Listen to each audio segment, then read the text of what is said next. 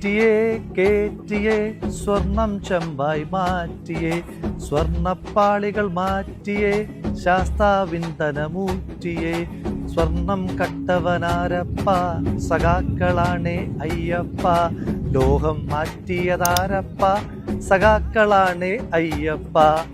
എനിക്ക് പാടാൻ അറിയാവുന്നത് കൊണ്ടോ ഞാൻ പാടിയത് നന്നായതുകൊണ്ടോ ഒന്നും പാടിയതല്ല. ഇനി 3.5 കോടി മലയാളികളും ഞാൻ കൂടെ പാടാൻ ഈ പാട്ട് ബാക്കിയുള്ളൂ എന്നുള്ളത് കൊണ്ട് മാത്രം പാടിയതാണ്. ഒരു പാട്ട് ഒരു സർക്കാരിനെ ഇത്രമാത്രം അസ്വസ്ഥമാക്കിയിട്ടുണ്ടെങ്കിൽ പിന്നെ ആ പാട്ട് പാടുക തന്നെയാണല്ലോ.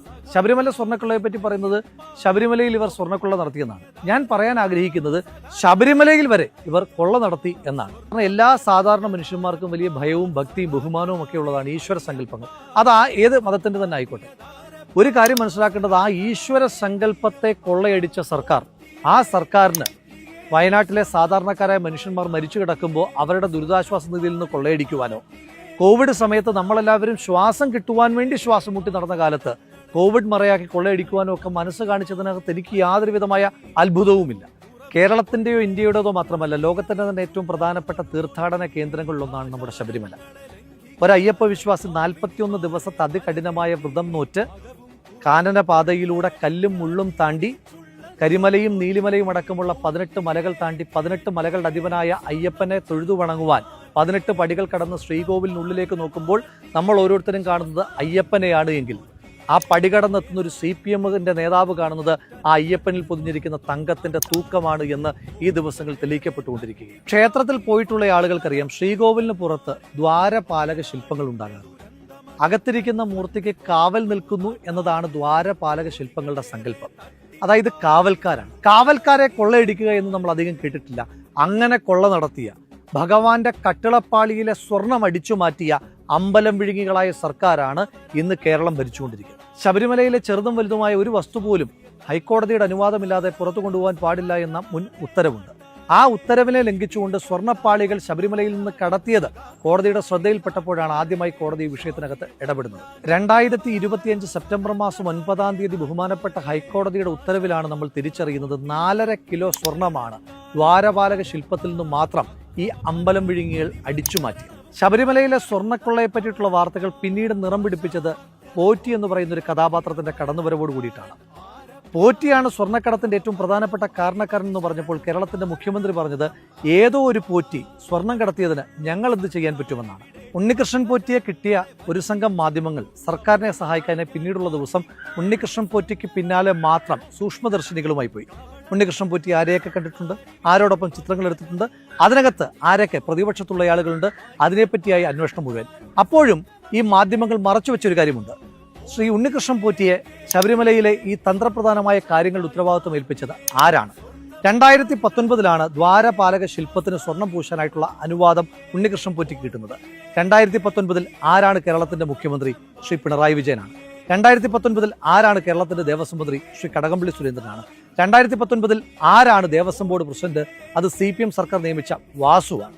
അപ്പോൾ ഇത്രയും പേർ CPM-ൻ്റെതായി കിടക്കുമ്പോൾ അതിന്റെ ഉണ്ണികൃഷ്ണൻ പോറ്റി നടത്തിയ സ്വർണ്ണക്കൊള്ളയുടെ ഉത്തരവാദിത്വം മറ്റാരിലെങ്കിലും എങ്ങനെയാണ് ചാർത്തുവാൻ കഴിയുക?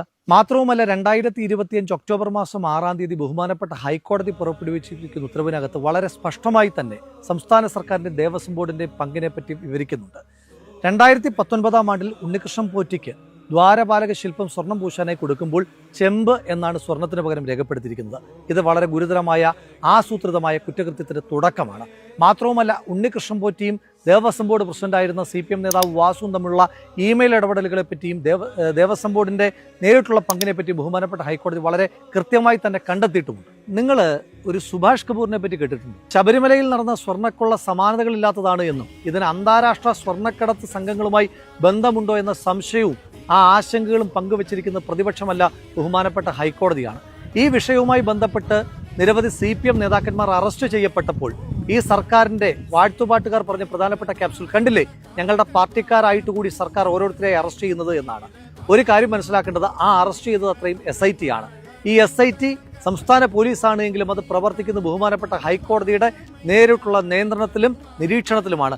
എന്നിട്ട് കൂടി ഈ സർക്കാരിന്റെ സമ്മർദ്ദത്തിന്റെ ഭാഗമായിട്ട് SIT മെല്ലപ്പോക്ക് തുടരുന്നു. കുറ്റപത്രം കൃത്യമായി സമർപ്പിക്കുന്നില്ല. സ്വാഭാവികമായ ജാമ്യം പ്രതികൾക്ക് കിട്ടുന്നതിന് വേണ്ടി 90 ദിവസമായും കുറ്റപത്രം സമർപ്പിക്കുന്നില്ല എന്നതടക്കമുള്ള രൂക്ഷമായ വിമർശനം മുന്നോട്ട് വെച്ചതും ബഹുമാനപ്പെട്ട കോടതി തന്നെയാണ്. ഇതിനകത്ത് പ്രതിപക്ഷത്തെ ചില സമയത്തൊക്കെ മുഖ്യമന്ത്രി അടക്കമുള്ള ആളുകൾ വിമർശിക്കാറുണ്ട്. സ്വർണം കട്ടതാരപ്പ എന്ന് ബഹുമാനപ്പെട്ട രാഹുൽ ഗാന്ധി ചോദിച്ചപ്പോൾ ശ്രീമതി സോണിയാഗാന്ധിയോടൊപ്പം പോറ്റി എടുത്ത ചിത്രത്തെ പറ്റിയിട്ടാണ് പിണറായി വിജയൻ പറയുന്നത്. ആ കേരളത്തിന്റെ മുഖ്യമന്ത്രിയോട് വെല്ലുവിളിച്ചുകൊണ്ട് ചോദിക്കുന്നു, ധൈര്യമുണ്ടോ? അങ്ങനെയാണെങ്കിൽ, അങ്ങനെ ഒരു സംശയം നിങ്ങൾക്കുണ്ട് എങ്കിൽ ഈ സ്വർണ്ണക്കടത്തുമായി ബന്ധപ്പെട്ട് ശ്രീമതി സോണിയാഗാന്ധിക്ക് ഏതെങ്കിലും തരത്തിലുള്ള പങ്കുണ്ട് എന്ന് നിങ്ങൾ വിശ്വസിക്കുന്നുണ്ടെങ്കിൽ ഒരു അന്വേഷണം നടത്താൻ നിങ്ങളെ വെല്ലുവിളിക്കുക. പിന്നെ പറയുന്നത് ബഹുമാനപ്പെട്ട അടൂർ പ്രകാശിനോടൊപ്പം ഈ പോറ്റി, സ്വർണം കടത്തിയ പോറ്റി ചിത്രമെടുത്തു എന്നുള്ളതാണ്. ഇവിടെ ചോദ്യം, പോറ്റിക്കൊപ്പം ആരൊക്കെ ചിത്രമെടുത്തു എന്നുള്ളതാണോ ഒഫൻസ്? പോറ്റി ആരുടെ സഹായത്താൽ സ്വർണം കടത്തി എന്നുള്ളതാണോ? ഒപ്പമുള്ള ചിത്രത്തെ പറ്റി ഞാനൊരു വാചകം പറയാം. ഒരാളോടൊപ്പം ചിത്രമെടുത്താൽ ആ ചിത്രമെടുത്തയാൾ ചെയ്ത എല്ലാ കൊള്ളരുതായ്മകളും നമ്മുടെ പേരിലാകുന്നത് എങ്ങനെ? ഇതെന്റെ ചോദ്യമല്ല. സ്വപ്ന സുരേഷുമൊത്തുള്ള വളരെ അടുത്തിടപഴകിയുള്ള ചിത്രം പുറത്തു വന്നപ്പോൾ കേരളത്തിന്റെ മുഖ്യമന്ത്രി പിണറായി വിജയൻ അദ്ദേഹത്തെ ന്യായീകരിക്കുവാൻ വേണ്ടി പറഞ്ഞ വാചകമാണ്. ഇതെന്തുകൊണ്ടാണ് മറ്റുള്ളവർക്ക് ബാധകമാകാത്തത്? മാത്രമല്ല, 2019 മുതൽ നടന്ന സ്വർണ്ണക്കൊള്ള, 2019 ഉണ്ണികൃഷ്ണൻ പോറ്റി നേരിട്ട് സർക്കാരിന്റെ സഹായത്തോടു കൂടി നടത്തിയ സ്വർണ്ണക്കൊള്ളയിൽ എങ്ങനെയാണ് പ്രതിപക്ഷത്തെ ഒരു MP മാത്രമായിരുന്ന ശ്രീ അടൂർ പ്രകാശിന് പങ്കുണ്ടായിരിക്കുക? മാത്രമല്ല, SIT ഒരു സംശയം ചോദിച്ചപ്പോൾ ചോദ്യം ചെയ്യലിന്റെ നോട്ടീസ് പോലും കൊടുക്കാതെ SITക്ക് മുന്നിൽ പോയി ധൈര്യത്തോടു കൂടി മറുപടി പറഞ്ഞ വ്യക്തിയാണ് ശ്രീ അടൂർ പ്രകാശ്. അത് കഴിഞ്ഞ് മാസം കുറയായല്ലോ. എന്തുകൊണ്ടാണ് നിങ്ങളുടെ പോലീസിന് അടൂർ പ്രകാശിനെ അറസ്റ്റ് ചെയ്യാൻ കഴിയാത്തത്? കാരണം അദ്ദേഹത്തിന്റെ കയ്യിൽ ഈ സ്വർണം കടത്തിയതിന്റെ ചെളി പറ്റിയിട്ടില്ല എന്നുള്ള കാര്യം നിശ്ചയമാണ്. നിങ്ങളൊരു കാര്യം മനസ്സിലാക്കേണ്ടതായിട്ടുണ്ട്. എങ്ങനെയാണ് ഇതിന്റെ രാഷ്ട്രീയ ഉത്തരവാദിത്വത്തിൽ നിന്ന് CPMന് മാറുവാൻ കഴിയുക? അതിന് ഒരുപാട് രേഖകൾ വന്നിട്ടുണ്ട്. 2016 ശേഷം 25 വരെ ശ്രീ പിണറായി വിജയൻ കേരളത്തിന്റെ മുഖ്യമന്ത്രിയായിരിക്കുന്ന കാലയളവിൽ 4 പേരെയാണ് ദേവസ്വം ബോർഡിന്റെ പ്രസിഡന്റുമാരായിട്ട് പിണറായി വിജയൻ നിയമിച്ചത്. ആ 4 ദേവസ്വം ബോർഡ് പ്രസിഡന്റുമാരിൽ 2 പേർ ജയിലിൽ കിടന്നു. ഒരാൾ സംശയത്തിന്റെ മുൾമുനയിലാണ്. ജയിലിൽ കിടന്ന 2 പേർ നിസ്സാരക്കാരല്ല. ദേവസ്വം ബോർഡിന്റെ പ്രസിഡന്റും CPMന്റെ നേതാവുമായിരുന്ന വാസു, CPMന്റെ കോന്നി MLAയും CPM പത്തനംതിട്ട ജില്ലാ കമ്മിറ്റി അംഗവുമായിരുന്ന പത്മകുമാർ, ഇവരൊക്കെ ജയിലിൽ കിടന്നിട്ടും ചില്ലറ ഉളുപ്പൊന്നും പോരാ. ഏതോ ഒരു ചിത്രം കാണിച്ചിട്ട് പോറ്റിയും അടൂർ പ്രകാശും തമ്മിലുള്ള ബന്ധത്തെപ്പറ്റി ഇങ്ങനെ സമാന്തര രേഖകൾ വരച്ച് നിങ്ങൾക്ക് ഒരു സഖ്യം രൂപീകരിക്കാൻ. കടകംപള്ളി സുരേന്ദ്രന്റെ നിരവധി തവണ SITക്ക് ചോദ്യം ചെയ്യുവാൻ നിർബന്ധിതമായ സാഹചര്യമുണ്ടായി. ഉണ്ണികൃഷ്ണൻ പോറ്റിയെ ശബരിമലയിലെ തന്ത്രപ്രധാനമായ പദവികളിലേക്ക് എത്തിച്ചതും ഈ സ്വർണ്ണക്കൊള്ളയിലുമൊക്കെ പങ്കുണ്ടായിട്ടും അയാളെ ഇതുവരെ അറസ്റ്റ് ചെയ്യുവാൻ ഈ സംസ്ഥാന സർക്കാർ തയ്യാറായില്ല. അന്വേഷണം മന്ത്രിയിലേക്ക് നീളുന്നു എന്ന ഘട്ടം വന്നപ്പോഴാണ് തന്ത്രിയെ ഈ സർക്കാർ അറസ്റ്റ് ചെയ്ത് വാർത്തയുടെ റൂട്ട് മാറ്റുവാൻ ശ്രമിച്ചത്. തന്ത്രി ഒരു കുറ്റം ചെയ്തിട്ടുണ്ടെങ്കിൽ തന്ത്രിയെ അറസ്റ്റ് ചെയ്യണമെന്നുള്ള കാര്യത്തിൽ എനിക്ക് തർക്കമൊന്നുമില്ല. പക്ഷേ നിങ്ങൾ അറസ്റ്റ് ചെയ്ത് ജയിലിലടച്ചതിന് ശേഷം കോടിക്കണക്കിനായ അയ്യപ്പ വിശ്വാസികളുടെ സങ്കല്പത്തിന്റെ ഭാഗമായ തന്ത്രിക്കെതിരായിട്ട് എന്ത് തെളിവാണ് നിങ്ങൾക്ക് കോടതിയിൽ സമർപ്പിക്കുവാൻ കഴിഞ്ഞത്? നിങ്ങൾ കൊടുത്ത എല്ലാ ഫോൾസ് അലിഗേഷൻസിനെയും റദ്ദ് ചെയ്തുകൊണ്ട് ബഹുമാനപ്പെട്ട കോടതി തന്ത്രിക്ക് ജാമ്യം കൊടുക്കുമ്പോൾ 2 വട്ടമാണ് തന്ത്രിക്ക് അനുകൂലമായി പറഞ്ഞത്. ഒന്ന് പറഞ്ഞത് there is not even an iota of evidence against തന്ത്രി എന്നാണ്. രണ്ടാമത് പറഞ്ഞിരിക്കുന്നത് there is nothing on record against തന്ത്രി എന്നാണ്.